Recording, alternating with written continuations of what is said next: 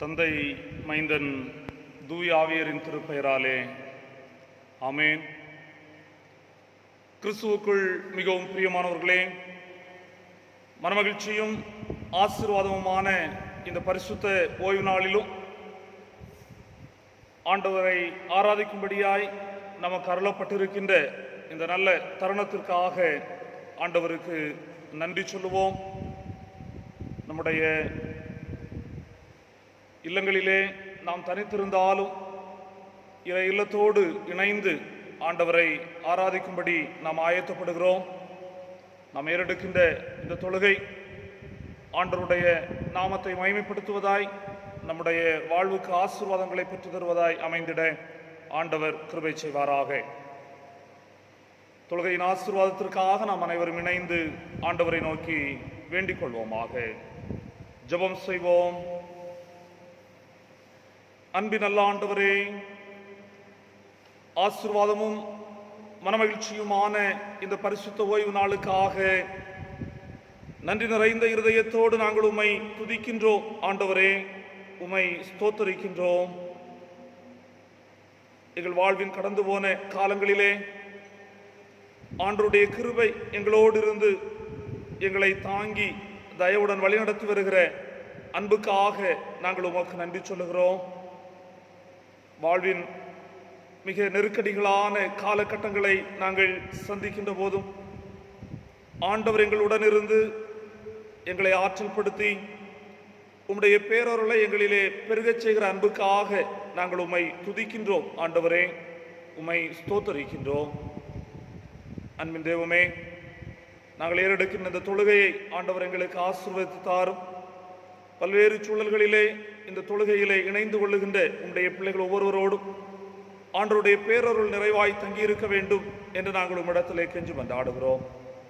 தொழுகையின் மூலமாய் சகல துதியும் கனமும் மகிமையும் ஒருவருக்கே பெருக ஆண்டவர் அருள் தாரும். உம்முடைய திருச்சித்தத்தை நாங்கள் உணர்ந்து உம்முடைய திருநாமத்தை மகிமைப்படுத்துவதற்கு ஆண்டவர் எங்களை அர்ப்பணிக்கின்ற ஒரு ஊடகமாய் இந்த தொழுகை எங்களுக்கு உந்துதலை தர ஆண்டவர் கிருபை செய்யும். இயேசு கிறிஸ்துவின் வழியை வேண்டுகிறோம். எங்கள் ஜெபத்தை ஏற்றுக்கொள்ளும் நல்ல பிதாவே, ஆமென். கடவுளுடைய திருப்பெயர் மாற்றி பெறும்படியாய் நாம் அனைவரும் இணைந்து பாமாலைகளிலே 456வது பாமாலையை பாடுவோம். பாமாலை எண் 456. இயேசுவுக்கே ஒப்புவித்தேன் யாவையும் தாராளமாய், என்றும் அவரோடு தங்கி நம்பி நேசிப்பேன் மெய்யாய். 456வது ஞான பாடல் நாம் அனைவரும் இணைந்து பாடுவோம்.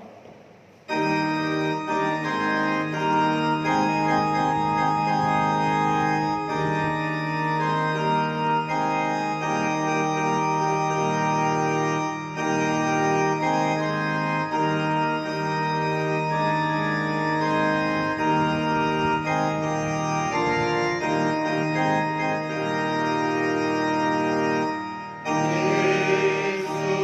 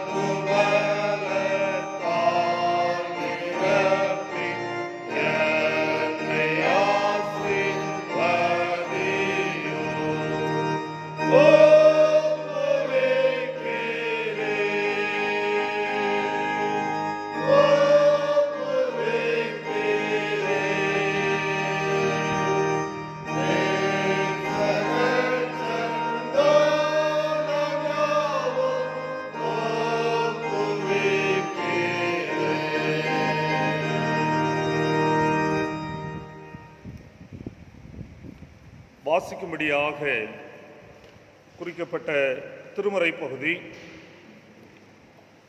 அப்போஸ்தலருடைய நடவடிக்கைகளின் புஸ்தகம் 10ஆம் அதிகாரம் வசனங்கள் 9 முதல் 16 முடிய நாம் படிக்க கேட்போம். அப்போஸ்தலர் 10 9ஆம் வசனம் முதல் 16ஆம் வசனம் முடிய. பேதுரு 6ஆம் மணி நேரத்திலே ஜெபம் பண்ணும்படி மேல் வீட்டில் ஏறினான். அவன் மிகுந்த பசியடைந்து சாப்பிட மனதாயிருந்தான். அதற்கு அவர்கள் ஆயத்தம் பண்ணுகையில் அவன் ஞான திருஷ்டி அடைந்து வானம் திறந்திருக்கிறதாகவும் 4 முனைகளும் கட்டப்பட்ட பெரிய துப்பட்டியை போல ஒரு விதமான கூடு தன்னிடத்தில் இறங்கி தரையில் விடப்பட்டிருக்கிறதாகவும் அதிலே பூமியில் உள்ள சகலவிதமான 4 கால் ஜீவன்களும் காட்டு மிருகங்களும் ஊரும் பிராணிகளும் ஆகாயத்து பறவைகளும் இருக்கிறதாகவும் கண்டான். அல்லாமலும் பேதுருவே, எழுந்திருந்து அடித்து புசி என்று அவனுக்கு சொல்லும் ஒரு சத்தம் உண்டாயிற்று. அதற்கு பேதுரு, அப்படியல்ல ஆண்டவரே, தீட்டும் அசுத்தமுமாயிருக்கிற யாதொன்றையும் நான் ஒரு காலம் புசித்ததில்லை என்றான். அப்பொழுது தேவன் சுத்தமாக்கினவைகளை நீ தீட்டாக எண்ணாதே என்று 2ஆம் தரமும் அவனுக்கு சத்தம் உண்டாயிற்று. 3ஆம் தரமும் அப்படியே உண்டாயிற்று. பின்பு அந்த கூடு திரும்ப வானத்திற்கு எடுத்துக்கொள்ளப்பட்டது என்பவைகளே. வாசிக்கும்படியாய் குறிக்கப்பட்ட திருமறை பகுதி வாசிக்கப்பட்டாயிற்று. கிறிஸ்துவே, உமக்கே மகிமை உண்டாவதாக.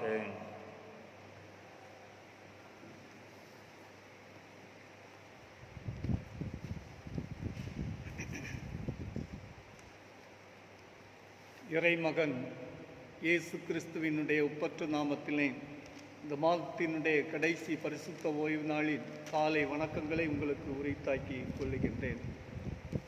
இந்த நாளிலும் கூட சிந்தனைக்காக தெரிந்து கொண்ட வேத பகுதி படிக்க கேட்ட அப்போஸ்தல நடபடிகள் 10வது அதிகாரம் அதனுடைய 15வது வசனத்தை தியானத்திற்கு உதவியாக எடுத்துக்கொள்வோம். அப்போஸ்தலர் 10:15. தேவன் சுத்தமாக்கினவைகளை நீ தீட்டாக எண்ணாதே. தேவன் சுத்தமாக்கினவைகளை நீ தீட்டாக எண்ணாதே. இன்றைய செய்தி சாராம்சம், பல் நம்பிக்கை சமூகத்தில் கிறிஸ்தவத்தின் இருப்பு நிலை என்கிற தலையங்கத்தின் அடிப்படையிலே இந்த நாள் சிந்தனையை சிந்திப்பது சால பொருத்தமுடையதாக இருக்கிறது. பல் நம்பிக்கை சமூகத்திலே கிறிஸ்தவ இருப்பு நிலை என்று சொல்லுகின்ற சூழலிலே நாம் இன்றைய சிந்தனையை நாம் ஜெபத்தோடும் தியானத்தோடும் இருந்து சிந்திப்போம். இறைவன் தொடர்ந்து நம்மை வழிநடத்துவாராக. நாம் வாழும் சூழல் பன்முகத்தன்மை கொண்ட சூழலிலே நாம் வாழ்ந்து கொண்டிருக்கின்றோம். இந்திய தேசம் என்று சொல்லுகின்ற போது பல் நம்பிக்கை சூழலை உள்ளடக்கிய பன்முகை தன்மை கொண்ட ஒரு சூழலிலே தான் வாழ்ந்து கொண்டிருக்கிறோம். இந்த பன்முகத்தன்மை கொண்ட சூழலிலே நம்முடைய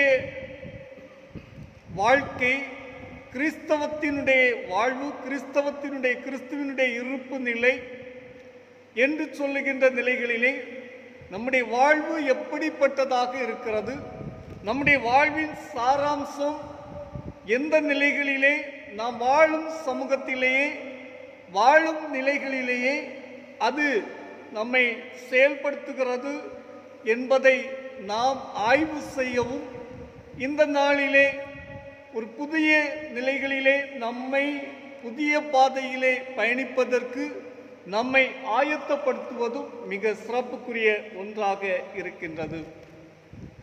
இந்திய சூழலிலே 2011 கணக்கின்படி 2.3 கிறிஸ்தவர்கள் இந்த நாட்டில் இருக்கிறார்கள் என்கிற செய்தி. மற்ற நிலைகளிலே 97% பேர் பல நம்பிக்கை சூழல் பல்வேறுபட்ட சமயத்தை சார்ந்தவர்கள் இருக்கிறார்கள் என்கிற நிலை. ஆக நம்முடைய வாழ்க்கையிலே நாம் குறைவாக இருக்கின்ற இந்த சூழலிலும் கூட கிறிஸ்துவினுடைய சாரம், கிறிஸ்துவினுடையதான நிலை நம்முடைய வாழ்வின் ஊடாக பல் நம்பிக்கை சமயத்திலே வாழுகின்ற பல் சமய சூழலிலே வாழுகின்ற மற்றவர்களுக்கு நாம் கொடுக்கிற ஆன்மீக துவனி அல்லது ஆன்மீக நிலை என்ன, ஆன்மீகத்தின் வழியாக நாம் கொடுக்கின்ற சாராம்சத்தின் விளைவாக கிடைக்கின்ற பல்வேறுபட்ட நிலைகள் அல்லது நன்மைகள் என்ன, நாம் பிறரோடு கூட வாழுகின்ற ஒன்றிக்கின்ற அனுபவம் என்ன என்பதையும் நாம் திட்டமாய் மிக கூறிய நிலைகளிலே நாம் சிந்திப்பது அது இக்கால சூழலிலே சாரம் நிறைந்ததாக இருக்கின்றது. இங்கே அப்போஸ்தல நடவடிக்கைகளிலே நாம் படிக்கின்ற போது 2 மனிதர்களை குறித்து நாம் பார்க்கின்றோம். ஒன்று கொர்நேலியு, பிற சமயத்தை அல்லது பிற இனத்தான் என்று சொல்லுகின்ற கொர்நேலியுனுடைய வாழ்வு. இன்னொன்று நாம் பார்க்கிற போது பேதுருவினுடைய நிலையாக இருக்கின்றது. பேதுரு, கொர்நேலியு இவர்களுடைய வாழ்வின் ஊடாக இந்த நாளிலே நாம் முழுமையின் நிலைகளை புரிந்து கொள்ளும்படியாக ஆண்டவரோடு இருக்கின்ற கிறிஸ்தவத்தினுடைய இருப்பு நிலையிலே காணப்படுகின்ற பல் நம்பிக்கை சூழலிலே வெளிப்படுகின்ற தன்மைகள் என்ன என்பதையும் திருமறை வாயிலாக நாம் ஈண்டு தியானிப்பதும் சிறப்புக்குரிய ஒன்றாக இருக்கிறது. இங்கே சுத்தமாக்கினவைகளை நீ தீட்டாக எண்ணாதே என்று ஆண்டவர் பேதுருக்கு வெளிப்படுத்துகின்ற போது ஒரு புதிய நிலையினை பெற்றுக்கொள்ளுகின்ற அல்லது புதிய நம்பிக்கையின் நிலையினை பெற்று புதிய பாதைகளை பயணிப்பதற்கு, பிறரோடு கூட ஒன்றிணைவதற்கு, பிறரோடு கூட சார்ந்து வாழ்வதற்கு இவை ஒரு நிலையாகவே இருக்கிறது என்பதை நாம் புரிந்து கொள்ள நாம் அழைக்கப்பட்டிருக்கின்றோம். ஆக இந்த நாளிலே திருமறை வழி நின்று நாம் 3 சிந்தனைகளை நாம் முன்வைத்து நம்முடைய விசுவாச வாழ்விலேயே அசைவில்லாதபடிக்கு ஆண்டவரிலே உறுதி கொண்டு முன்னேறி செல்வதற்கு நம்மை ஆயத்தப்படுத்துவோம். முதலாவதாக நாம் பார்க்கின்ற போது ஆண்டவரில் ஆழமான உறவில் நிலைக்கும் வாழ்வு. ஆண்டவரில் ஆழமான உறவிலே நிலைக்கும் வாழ்வு. தானியேல் 1வது அதிகாரம் 15வது வசனத்தை நாம் படிக்கின்ற சூழலிலே தானியேல் ஒரு தீரமான மிக தீர்க்கமான ஒரு செய்தியை சொல்லுகின்றார். ராஜ போஜனத்தை புசித்து எல்லா வாலிபரை பார்க்கிலும் அவர்கள் முகம் களை உள்ளதாயும் சரீரம் புஷ்டி உள்ளதாயும் காணப்பட்டது என்று சொல்லி ஒரு சவால் நிறைந்த ஒரு வாழ்க்கை, ஒரு சாதனை புரிகின்ற அல்லது ஆன்மீகத்தினுடையதான நிலைகளிலே பிறருடைய வாழ்க்கையிலே பிற சமயத்தாருக்கு தன்னை சவால் படுத்தி நிலைநிறுத்துகின்ற ஒரு நிலையிலே தானியேலுடைய வாழ்வு இருக்கிறதை நாம் பார்க்க முடிகின்றது. ஆம் அன்புக்குரியவர்களே, இந்த தானியேலுடைய வாழ்க்கையை பார்க்கின்ற போது தானியேல் ஆண்டவர் பேரில் அல்லது யாவே என்று சொல்லுகின்ற கடவுள் பேரில் முழுமையான பற்று கொண்டு வாழுகின்றார்.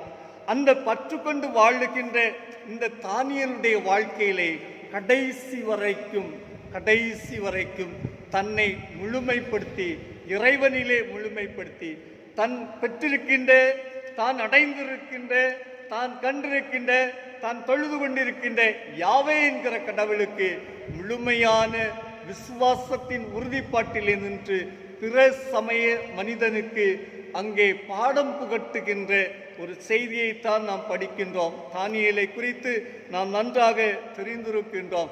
என்றாலும் கூட இந்த தானியேலுடைய வாழ்வு எப்படிப்பட்டது, அவருடைய செயல்பாடுகளின் வழியாக பிற சமய நிலைகளிலே ஆழமான உறவில் நிலைக்கும் வாழ்வு எப்படிப்பட்டதாக இருக்கிறது என்பதை நாம் பார்க்க அழைக்கப்பட்டிருக்கிறோம். கிமு 605 யோயாக்கீம் யூதாவின் அரசராக நேபுகாத்நேச்சர் எருசலேமை பிடித்த போது இந்த தானியேலையும் அவரோடு கூட 3 வாலிபர்களையும் சிறைபிடித்து அங்கே கொண்டு செல்லுகின்றார். அந்த சூழலிலே தான் இந்த தானியேல் அறுதியிட்டு சிறைபிடித்து வைக்கப்பட்டிருக்கின்ற அல்லது அடிமைத்தன வாழ்வுக்கென்று அங்கே அடைத்து வைக்கின்ற சூழலிலே தான் இந்த தானியேல் ஒரு சவால் விட்டு சொல்லுகின்ற அல்லது சாதனை புரிகின்ற ஆன்மீகத்தினுடைய ஆழத்திலே கடவுளுடைய பண்பை வெளிப்படுத்துகின்ற ஒரு நிலையினை நாம் அங்கே பார்க்கின்றோம். தானியேல் சொல்லுகின்றார், தானியேலுக்கு ராஜரீக உணவு ராஜ போஜனம் கொடுக்கப்படுகின்றது, இவைகள் எல்லாவற்றையும் தவிர்த்து விடுகின்றார். சொல்லுகின்றார், எங்களுக்கு சாதாரணமான மரக்கரியும் தண்ணீர் மட்டும் போதும் என்று சொல்லுகின்றார்.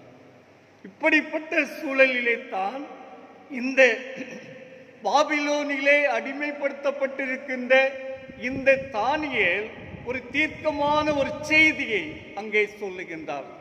மற்ற மக்கள் பார்க்கின்ற பிற சமயத்தை சார்ந்திருக்கின்ற மக்கள் மத்தியிலே தான் கொண்டிருக்கிற யாவே என்று சொல்லுகின்ற கடவுளை முன்னிறுத்தி கடவுளுடைய பேரில் வைத்திருக்கிற பற்றுறுதி வாழ்வை பரிசுத்தத்தின் நிலையினை காத்து கொள்ளுகின்ற ஒரு தன்மையினை இந்த தானியேல் சுட்டிக்காட்டுகிறதை நாம் காண முடிகின்றது.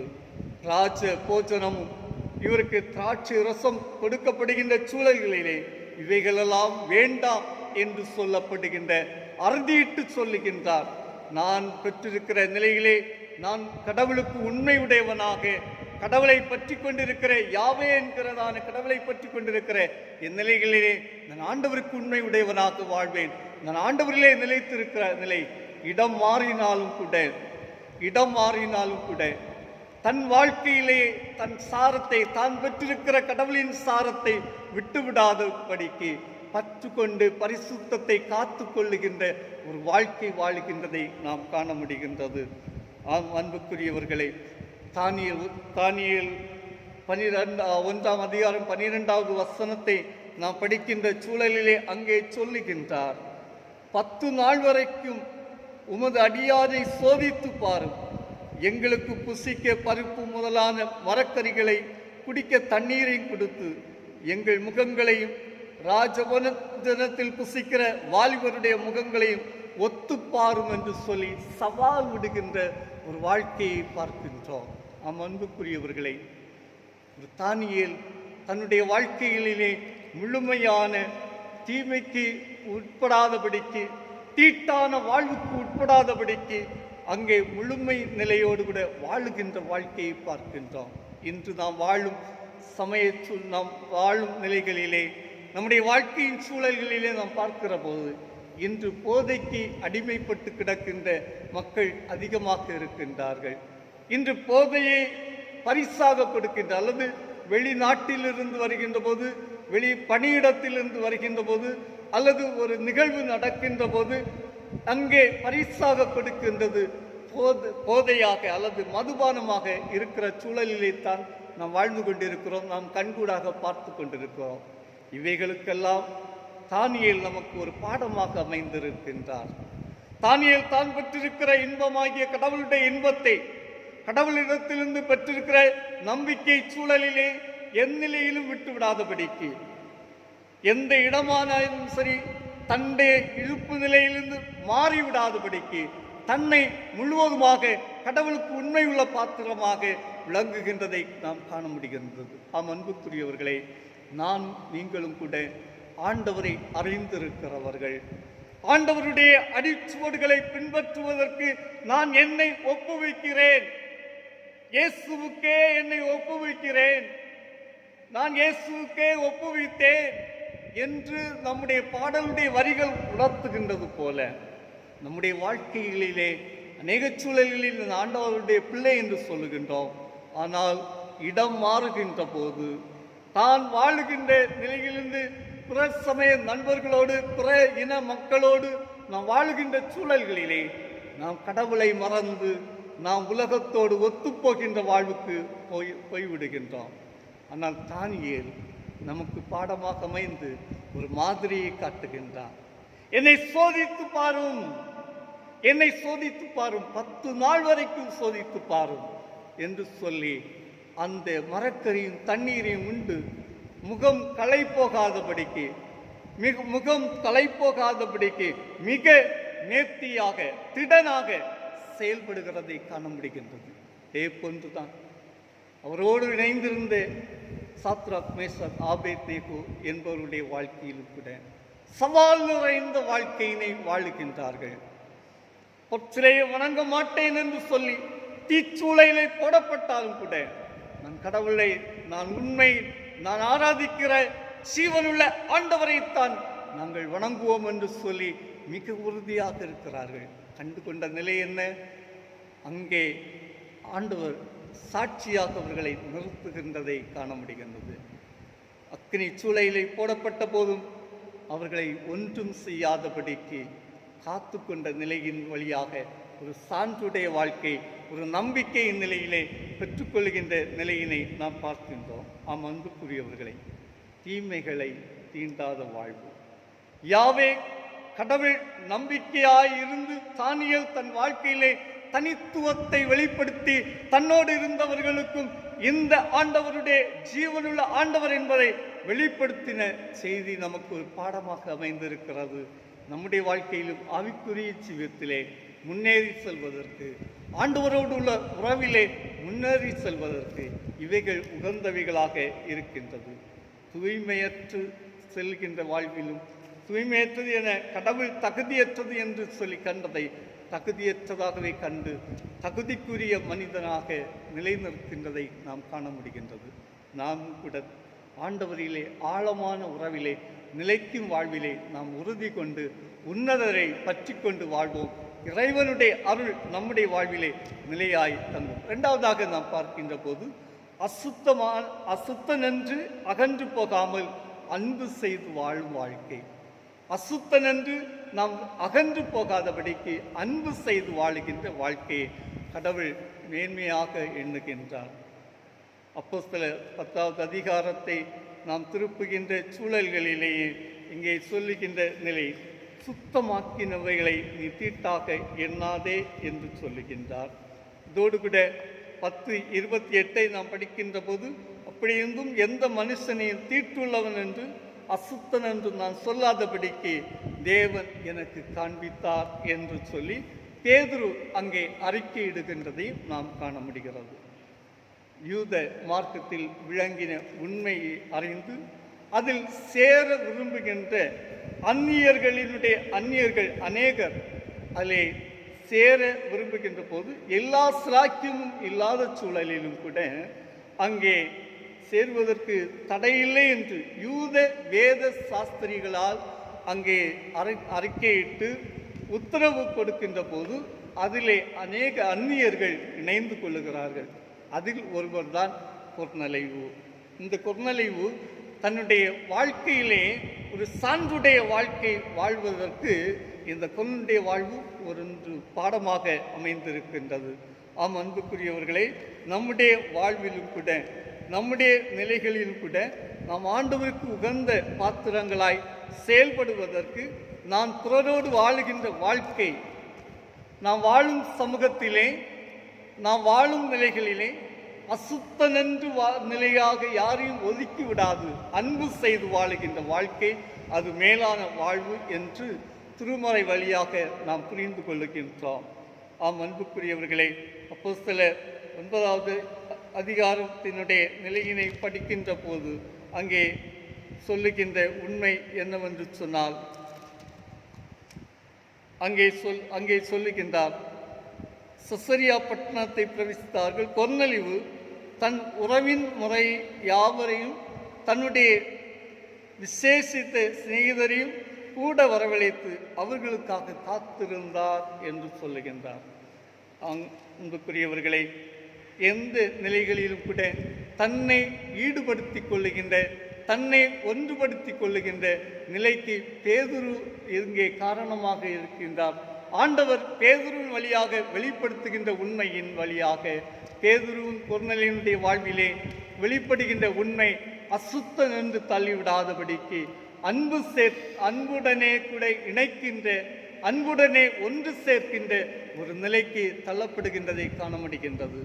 நமக்கு நன்றாக அறிந்திருக்கின்ற நோபல் பரிசு பெற்றிருக்கிற அன்னை தெரசா அவர்களை குறித்து நாம் அறிந்திருக்கின்றோம். அன்னை தெரசா அவர்கள் தன்னுடைய கல்கத்தா பகுதியிலே வந்து ஆண்டவருடைய பணியினை, சேவையின் பணியினை செய்கின்ற போது அநேக அசுத்தர்களாக ஒதுக்கிவிடப்பட்டவர்கள், தன்னுடைய குடும்பத்தாராலே ஒதுக்கிவிடப்பட்டவர்கள், தன்னுடைய சமூகத்தாராலே ஒதுக்கிவிடப்பட்டவர்கள் தெருவிலே நின்றவர்களை காண்கின்றார். அவர்கள் அசுத்தர் அல்ல, அவர்கள் மீது அன்பு செலுத்தி அவர்களை உயிர் காக்கும் பலிக்கு நேராக, பணிக்கு நேராக தன்னை திருப்புகின்றதை காண முடிகின்றது. ஆம் அன்புக்குரியவர்களை, நம்முடைய வாழ்விலும் கூட நாம் வாழும் சூழலிலேயே நாம் அசுத்தன் என்று ஒதுக்கி விடுகின்ற போது அவனுடைய வாழ்க்கை அழிந்து விடுகின்றது. எப்போது அசுத்தனையும் கூட அன்பு செய்து ஆண்டவருடைய அன்பை வெளிப்படுத்துகின்ற போது தன் வாழ்விலே மாற்றமடைகின்றான். ஒரு புதிய வாழ்வுக்கென்று தன்னை இணைத்துக் கொள்ளுகின்றான். அநேக சாட்சிகளை நம்மால் சொல்ல முடியும் அல்லவா? நாம் கண்கூடாக பார்க்கின்ற நிலைகளிலே அநேக சாட்சிகளை கூட நாம் சொல்ல முடியும் அல்லவா? அநேக அசுத்தர்களாக வாழ்ந்தவர்கள் இன்று புதிய வாழ்வை பெற்று புனிதமான வாழ்வை அடைந்து கடவுளின் பணியாளர்களாக எத்தனை பேர் இருந்து கொண்டிருக்கிறார்கள். அப்படிப்பட்ட நிலைகளிலே நம்முடைய வாழ்வையும் கூட நாம் அன்பு செய்கின்றவர்களாக, அரவணைக்கின்றவர்களாக, கிறிஸ்துவினுடைய சாரம் நம்மிலே வெளிப்படுவதற்கு நம்மை ஆயத்தப்படுத்த நாம் அழைக்கப்பட்டிருக்கிறோம். மூன்றாவதாக நாம் படிக்கின்ற போது அங்கே அமைதியுடன் சுவையூட்டும் வாழும், அமைதியுடனே சுவையூட்டுகின்ற வாழ்வு. மத்தேயு 13வது அதிகாரம் 33வது வசனத்தை நாம் படிக்கின்ற போது அங்கே சுவையூட்டுகின்ற வாழ்வுக்கு ஆண்டவர் ஓமையாக சொல்லுகின்ற செய்தியை நாம் பார்க்க முடிகிறது. பரலோக ராஜ்யம் புளித்த மாவுக்கு ஒப்பாயிருக்கிறது. அதை ஒரு ஸ்திரீ எடுத்து முழுவதும் புளிக்கும் வரைக்கும் 3 படி மாவிலே அடக்கி வைத்தாள் என்றார் என்பதை பார்க்கின்றோம். இந்த பகுதியினை நாம் படிக்கின்ற சூழலிலே மத்தேயு 13வது அதிகாரம் 31லிருந்து 33 வரை உள்ள படிக்கின்ற போது இயேசுநாதர் சொல்லுகின்ற ஓமைகளை நாம் பார்க்கின்றோம். ஒன்று கடுகு விதை, இன்னொன்று புளித்த மா. அநேக ஓமைகளை ஆண்டவர் நமக்கு சொல்லி அதன் வழியாக பரலோக ராஜ்யத்தினுடைய பொக்கிஷத்தின் நிலைகளை விளக்கி சொல்லுகின்றதை காண முடிகின்றது. பல் சமய சூழலிலும் கூட வாழுகின்ற நமக்கு ஆண்டவர் தருகின்ற நிலை, ஆண்டவர் சொல்லுகின்ற நிலை என்னவென்று சொன்னால், அமைதியுடனே கூட சுவையூட்டுகிற வாழ்வுக்கு நம்மை ஆயத்தப்படுத்த வேண்டும் என்பதுதான். பரலோக ராஜ்யத்திற்கு சொந்தக்காரர்களாக வாழ்வதற்கு நாம் வாழ்வது மட்டுமல்ல, நம்மோடு வாழுகின்றவர்களையும் இணைத்து கொள்ளுகின்ற ஒன்றுதான். கடுகு சிறிதாக இருந்தாலும் கூட அது விதையாக்கப்பட்டு மரமாக்கப்பட்டு அதிலே கூடுகள், அதிலே பறவை இனங்கள் வந்து கூடு வைத்து செல்லும் என்று சொல்லுகின்ற செய்தியை அங்கே சொல்லுகின்றார். 31வது வசனம் 32வது வசனம் இதைத்தான் சொல்லுகிறது. பறவைகள் அதன் கிளைகளில் வந்து அடைக்கலமாகும் மரமாகும் என்று சொல்லப்படுகிறது.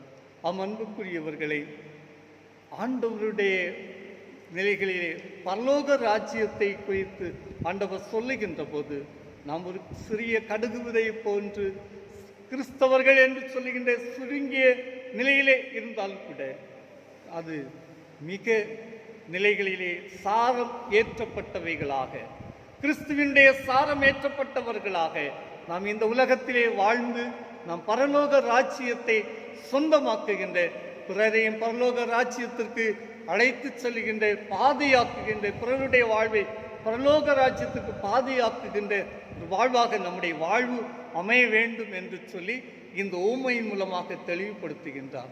ஆம் அன்புக்குரியவர்களே, நம்முடைய வாழ்க்கைகளிலே கடுகு சிறிதாக இருந்தாலும் கூட அது எத்தனை நிலைகளிலே அது பயனை கொடுக்கிறது என்பதை இந்த ஓமையின் வழியாக சுட்டிக்காட்டுகின்றனர். நானும் நீங்களும் கூட வாழும் நிலைகளிலேயே நாம் சிறியவர்களாக கடவுளுடைய பாதத்திலே, கடவுளுடைய நிலைகளிலே நாம் சிறியவர்களாக இருந்தாலும் கூட கடவுளுடைய சாரம் ஏற்றப்படுகின்ற போது நாம் கடவுளுடைய பிள்ளைகள் என்று சொல்லுகின்ற அந்த முதன்மையான நிலையினை பெற்றுக் கொள்கிறோம். இறையரசின் முன் சுவையினை கொடுக்கின்ற சாரங்களாக நம்முடைய வாழ்வினுடைய செயல்பாடுகள், வாழ்வினுடைய நிலைகள் இருக்க வேண்டும் என்பதை தெளிவுபடுத்துகிறதை காண முடிகின்றது. ஆக வைக்கின்ற அந்த மாவு, அது கொஞ்ச அளவிலே இருக்கின்ற மாவு, புளித்த மாவு அநேக மாவுகளை புளிக்க வைக்கிறது போல நம்முடைய வாழ்க்கையிலே நாம் கிறிஸ்துவை சாரத்தை, கடவுளுடைய மாதிரியை பின்பற்றி இருக்கிற நம்முடைய வாழ்விலே நாம் ஆரவாரம் இல்லாது அமைதியுடனே செயல்படுகின்ற அனைவரையும் ஒன்றிணைத்து இறையரசின் முன் சுவை கொடுக்கின்ற முன் சுவையாளர்களாக நாம் இந்த உலகத்திலே வாழ நாம் அழைக்கப்பட்டிருக்கிறோம். ஆகவே இந்த அமைதியின் செயல்பாட்டின் வழியாக கிறிஸ்துவின் சாரத்தை பிறருக்கு ஊட்டுகின்ற போது நாம் பல்சபைய நிலைகளிலே, நம்பிக்கையின் சூழலிலே, நாம் கிறிஸ்தவத்தின் இருப்பு நிலைகளிலே முதன்மை அடைகிறோம் என்பதுதான் உண்மையான செய்தியாக இருக்கிறது. ஆகவே நம்முடைய வாழ்விலே இப்படிப்பட்ட கிறிஸ்து காட்டியிருக்கிற நல்ல பாதைகளை எடுத்துக்கொண்டு நல்ல பாதைகளை தெரிந்து கொண்டு நல்லவர்களாக பிறரையும் நல்வழிப்படுத்துகின்ற நல்லவர்களாய் வாழ நாம் அழைக்கப்பட்டிருக்கின்றோம். நாம் புரிந்து கொண்ட உண்மைகளின்படியாக கடவுள் தந்திருக்கின்ற நிலைகளிலேயே நாம் முழுமையாக அப்பேற்பட்ட வாழ்வுக்கென்று ஆழமான உறவிலே நிலைக்கும் வாழ்வை நாம் பெற்றுக்கொள்வோம். நம்முடைய வாழ்க்கைகளிலே அசுத்தம் என்று ஒதுக்கி விடாதபடிக்கு அன்பு செய்து ஆண்டவருடைய பண்பை நிலைநாட்டுவோம். கடைசியாக அமைதியுடனே கூட சுவையூட்டுகிற வாழ்விலே சுவையுள்ள வாழ்வை வாழ்ந்து பிறரையும் சுவையூட்டுகின்ற தன்மையிலே நம்மை இணைத்துக் கொள்வோம். இறைவன் தொடர்ந்து நம்மை ஆசீர்வதிப்பாராக. ஆமென். நாம் யாவரும் இணைந்து கீர்த்தனையிலே 407வது பாடல், 407வது பாடல், ஜீவ வசனம் கூறுவோம் சகோதரரை சேர்ந்தே எக்காலம் ஊதுவோம் என்கிற பாடலை இணைந்து பாடுவோம்.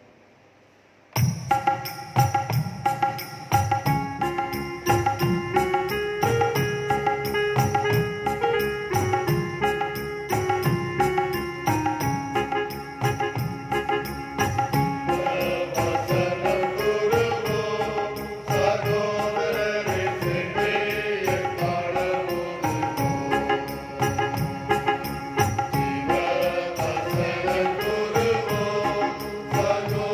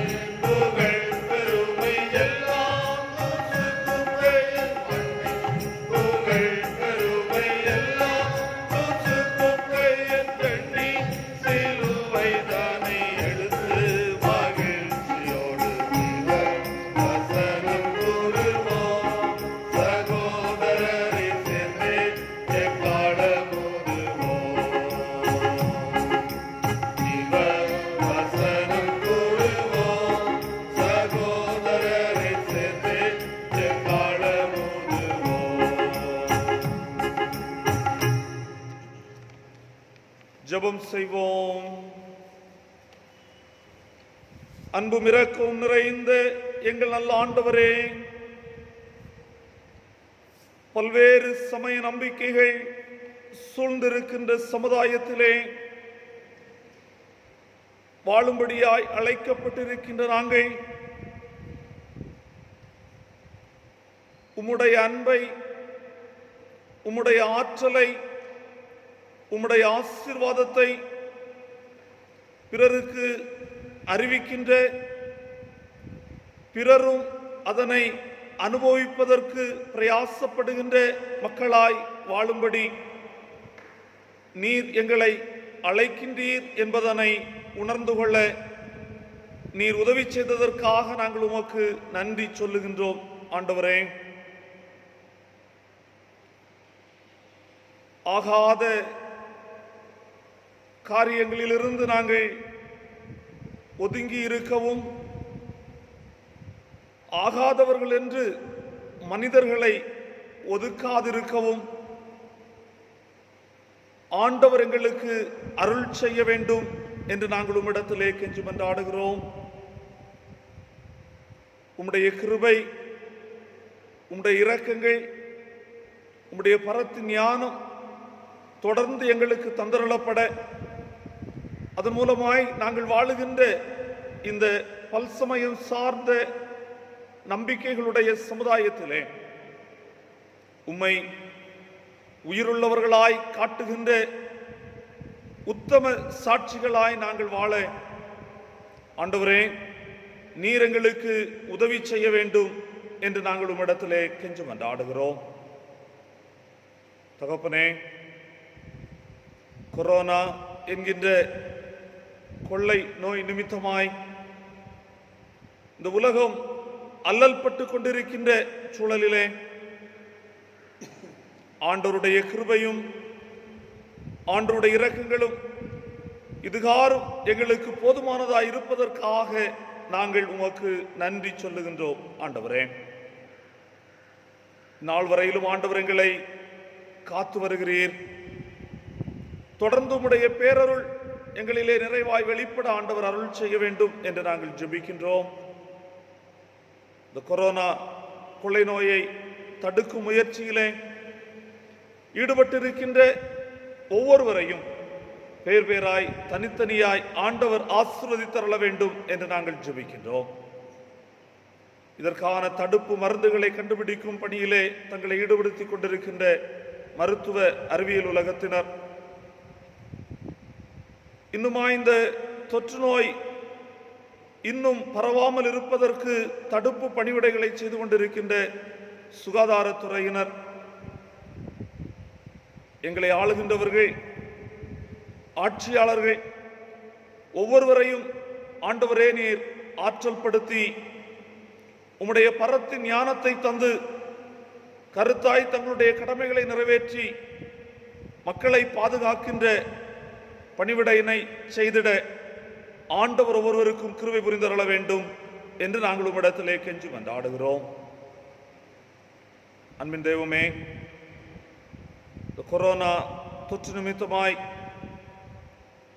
பலவிதமான இழப்புகளை சந்தித்திருக்கின்ற ஒவ்வொருவரோடும் ஆண்டவருடைய இரக்கங்கள் தங்கியிருக்க வேண்டுமாய் நாங்கள் வேண்டுதல் செய்கிறோம்.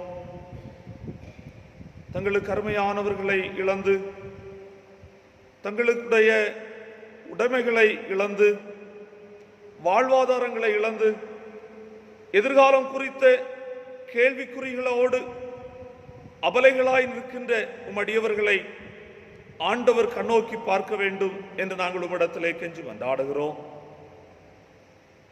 தங்களுடைய வாழ்விலே ஆண்டவருடைய சித்தத்தை உணர்ந்து நிறைவான நன்மைகளை பெற்றுக்கொள்ளுகின்ற விதத்திலே நம்முடைய பிள்ளைகள் ஆற்றல் படுத்தப்பட ஆண்டவர் கிருபை செய்ய வேண்டும் என்று நாங்கள் உம்மிடத்திலே கெஞ்சி மன்றாடுகிறோம்.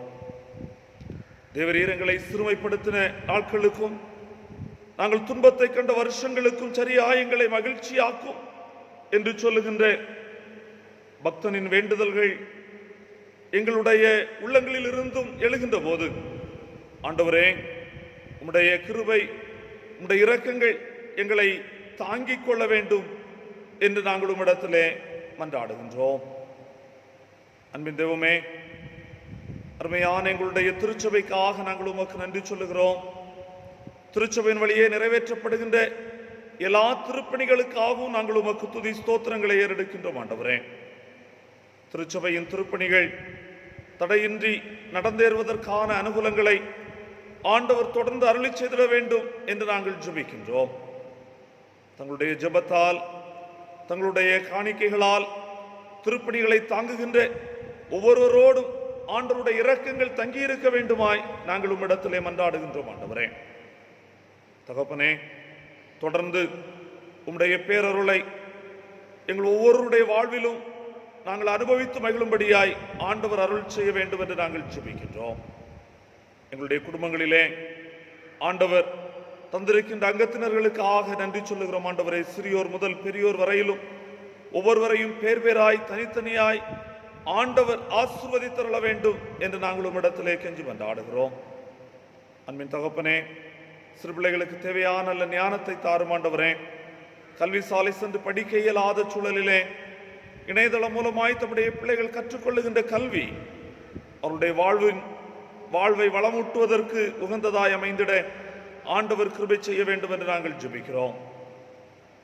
தீவினைகள் சூழ்ந்திருக்கின்ற காலகட்டங்களிலே, தீமைகள் நிறைந்திருக்கின்ற சூழல்களிலே எல்லாவிதமான விக்கிரங்களுக்கும் எங்களுடைய பிள்ளைகள் நீங்களாக்கி ரட்சிக்கப்பட ஆண்டவர் கிருபை கூர்ந்தருள வேண்டும் என்று நாங்கள் உம்மிடத்திலே கெஞ்சி மன்றாடுகிறோம்.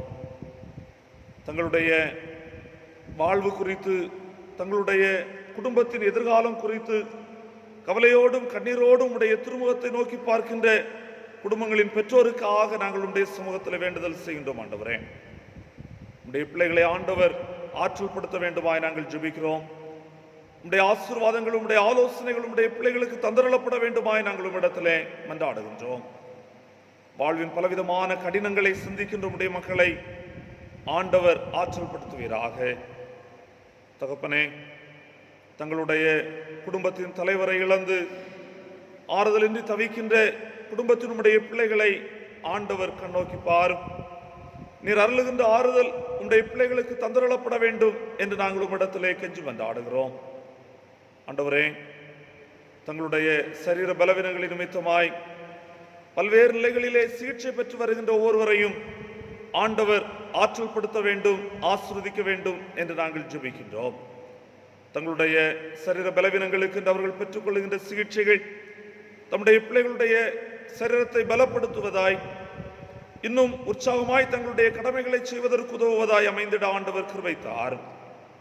அனைத்துலகிலும் நடைபெறுகின்ற அருட்பணிகளை ஆண்டவர் ஆசீர்வதியும். எங்களுடைய பேராயத்தின் வழியாக நிறைவேற்றப்படுகின்ற எல்லா திருப்பணி விடைகளையும் ஆண்டவர் அங்கீகரித்தருள வேண்டும் என்று நாங்கள் ஜெபிக்கிறோம். எங்களை முற்றிலுமாயுடைய திருக்கரங்களிலே தத்துவம் செய்கின்றோம். ஆண்டவரே, தொடர்ந்து ஒரு புதிய மாதத்தை எதிர்நோக்கி நாங்கள் காத்திருக்கின்ற பொழுது, நாங்கள் எதிர்நோக்கி இருக்கின்ற புதிய மாதம் நிறைவான ஆசீர்வாதங்களையும் மென்மையான நன்மைகளையும் எங்களுக்கு அருளி செய்கின்ற ஒரு மாதமாய் அமைந்திட ஆண்டவர் கிருபை செய்ய வேண்டும் என்று நாங்கள் ஜெபிக்கிறோம். இறை சமூகத்திலே ஒன்று கூடி ஆண்டவரை ஆராதிக்கும் அந்த பெரும் பேற்றினை ஆண்டவர் எங்களுக்கு தந்து எங்களை கனப்படுத்த வேண்டும் என்று நாங்கள் ஜெபிக்கிறோம். எங்களை உம்முடைய திருக்கரங்களிலே தத்துவம் செய்கிறோம்.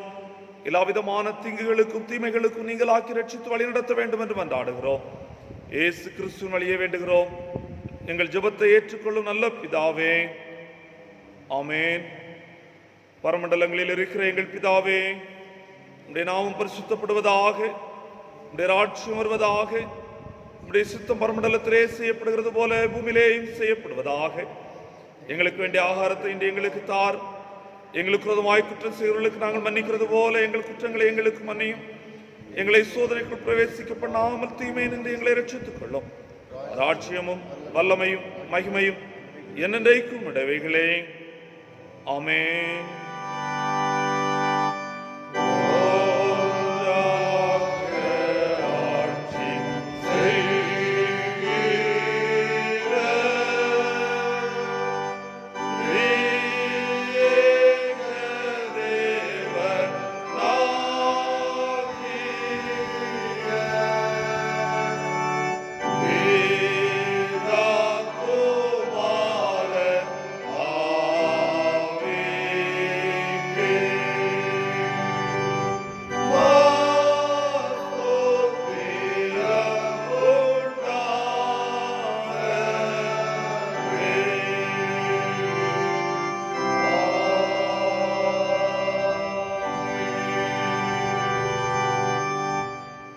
வலுவாதபடி உங்களை காக்கவும் தமது மகிமையுள்ள சரிதானத்திலே மிகுந்த மகிழ்ச்சியோடே உங்களை மாசற்றவர்களாய் நிறுத்தவும் வல்லமையுள்ளவரும் தாமொருவரே ஞானமுள்ளவருமாகிய நம்முடைய இரட்சகராகிய தேவனுக்கு கனமும் மகத்துவமும் வல்லமையும் அதிகாரமும் இப்பொழுதும் எப்பொழுதும் உண்டாவதாக. நம்முடைய கர்த்தரும் இரட்சகருமாகிய இயேசு கிறிஸ்துவினுடைய கிருபையும் பிதாவாகிய தேவனுடைய அன்பும் பரிசுத்த ஆவியானவரின் நீங்காத நல்லுறவும் நம் அனைவரோடும் இன்றும் என்றும் இனிவரும் சதா காலங்களிலும் நிறைவாய் தங்கி இருப்பதாக.